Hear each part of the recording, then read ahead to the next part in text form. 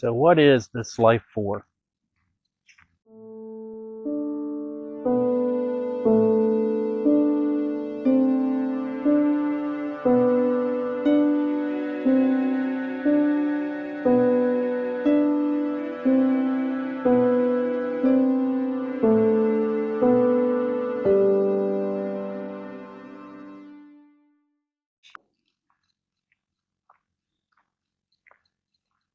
Ever since I've been a kid,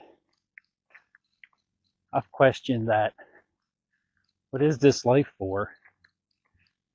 Why am I me? Why am I not somebody else? But why am I me? Now, being an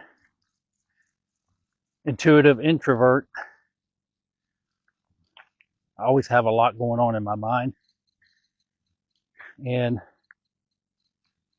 I always have a lot to say that's going on in my mind, but there's so much in there that I can't really get it out the way I think about it in my mind, if that makes sense. And if you're an intuitive introvert, you know exactly what I'm talking about. So making these videos is very challenging for me. I am way better at putting my thoughts on paper and being who I am. I like things to be just right. And so speaking off the cuff is very different for me. It's very challenging for me. It's very difficult for me. But I see this as an opportunity to grow.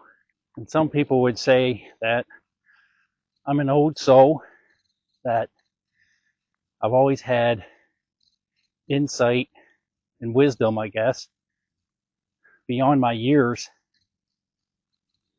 And ever since I was a kid, I've always asked myself, what is this life for? Why am I here? What is my purpose? And I always thought about the 18-year-old boys that were shipped off to Germany in World War II just to get slaughtered. What was their life for? Or a 6-month-old who gets cancer and goes through all those treatments and ultimately dies 3 months later. What was the purpose of that life?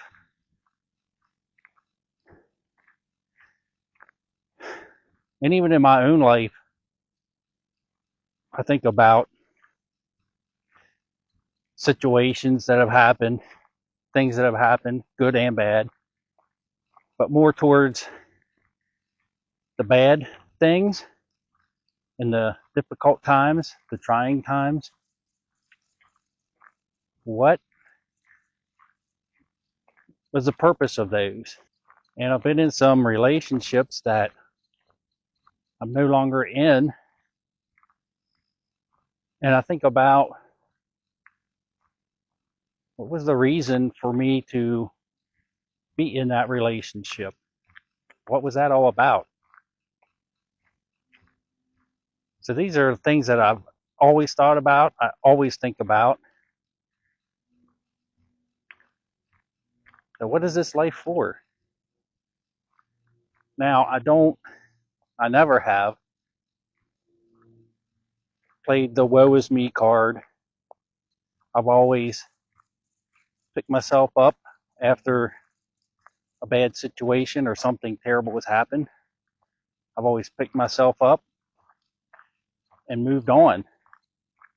I learned from those situations and those relationships and have become a better person for that.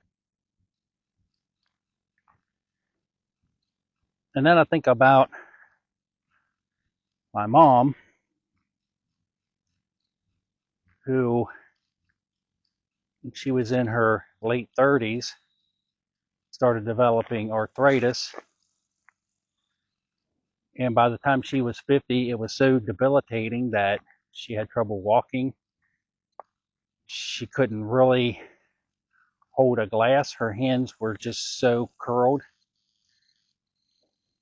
So the last 25 to 30 years of her life, really, her quality of life was minimal. Um, Dad got a van, had it custom made so she could get into it in her powered wheelchair. And she would go to the local hospital. They had an indoor pool, and she would go in there. She would get in the lift, would get her down in the pool, and she was able to float, move her arms, move her legs, and that was pretty good therapy for her. But it just got worse, and she was pretty much confined to either her wheelchair or her power chair in the living room. And this basically comprised the last 30 years of her life.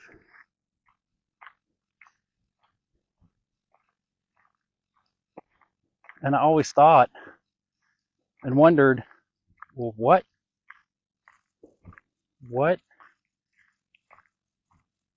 was her life for? This kind, caring woman, why did that happen to her? And she never once complained about her condition. Never once did I ever hear her complain. And when my kids were small, she started a clothing drive. Each month, she would have clothes donated, shoes donated, coats, hats, gloves for impoverished kids and orphans down in Appalachian, West Virginia. It was a 4-hour drive from mom and dad's house to this church where they would drop off all of these items once a month. And that was the highlight of her month, every month. And as much pain that she was in, she couldn't really stay in her powered wheelchair for more than a half an hour without it causing her severe pain. But she put up with that. 4 hours driving down, 4 hours driving back, because that gave her a purpose in her life. Even though her life was minimalized to being chair bound, she still found a purpose in her life to help others. And I've always thought about how much pain and how terrible it must have been for mom. It's like basically was imprisoned within her own body. But she never once complained. And she told me once that we're dealt things in life that we have to deal with, and it's up to each of us to make the most out of the life that we have. That tomorrow isn't a given, so we should make the most out of it each and every day. You don't get depressed about things that are going wrong, relationships that have gone bad, that it's up to you to make the most out of the situation that you're in. And she even said, as bad as the condition that she was in, she said, I'm going through nothing compared to what these poor kids are. They don't have clothes, they don't have food for every day. Some of them don't have a mother or a father or both. And she said,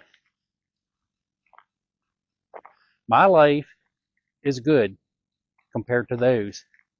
So I want to do my part to make their lives a little better.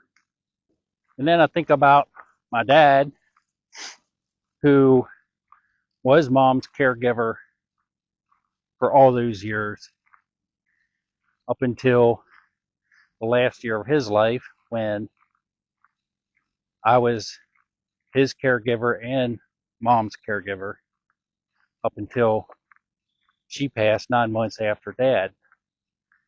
But I always thought about dad, that he had worked so hard all his life, and he was able to retire in his late 50s,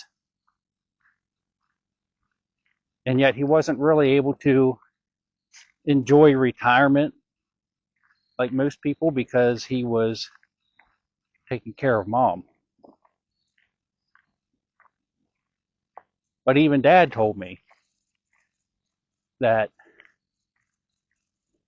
he was happy to do that, that he was sacrificing his time to help mom make her life a little more comfortable and make a difference in her life. And she was able to take that and turn that into helping those kids way down in West Virginia. So, what is this life for?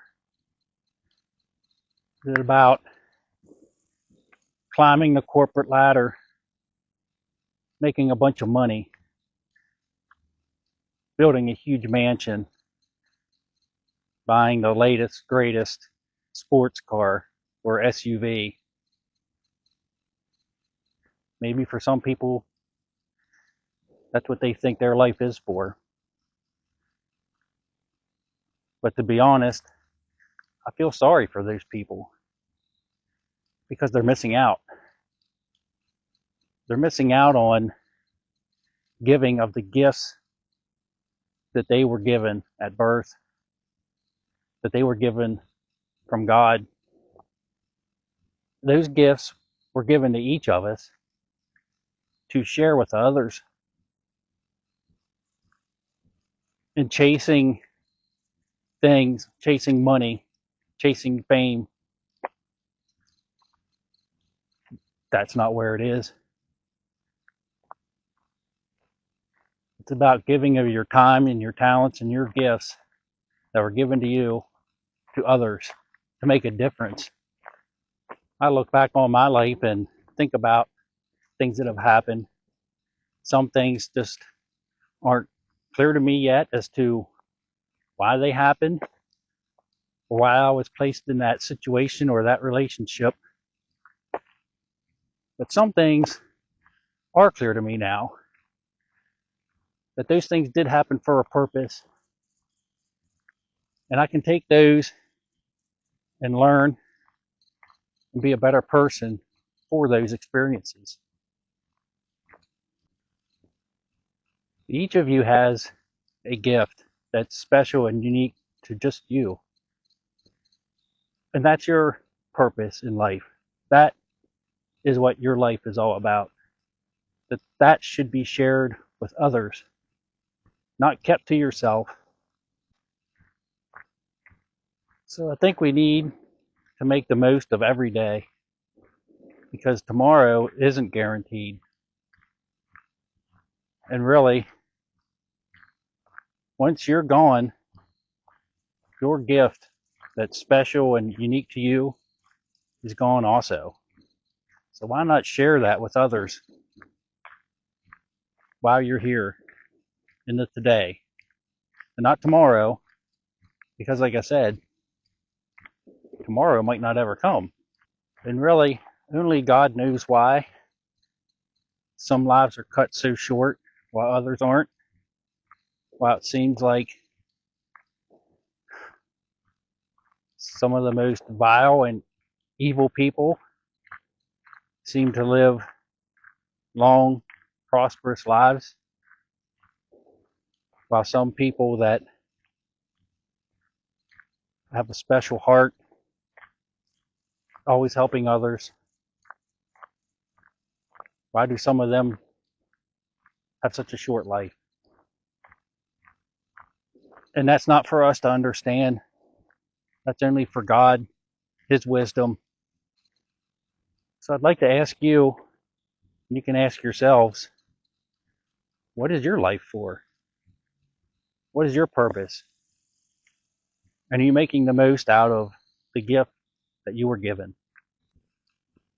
So this morning it was pretty chilly and the fog was laying low in the valleys.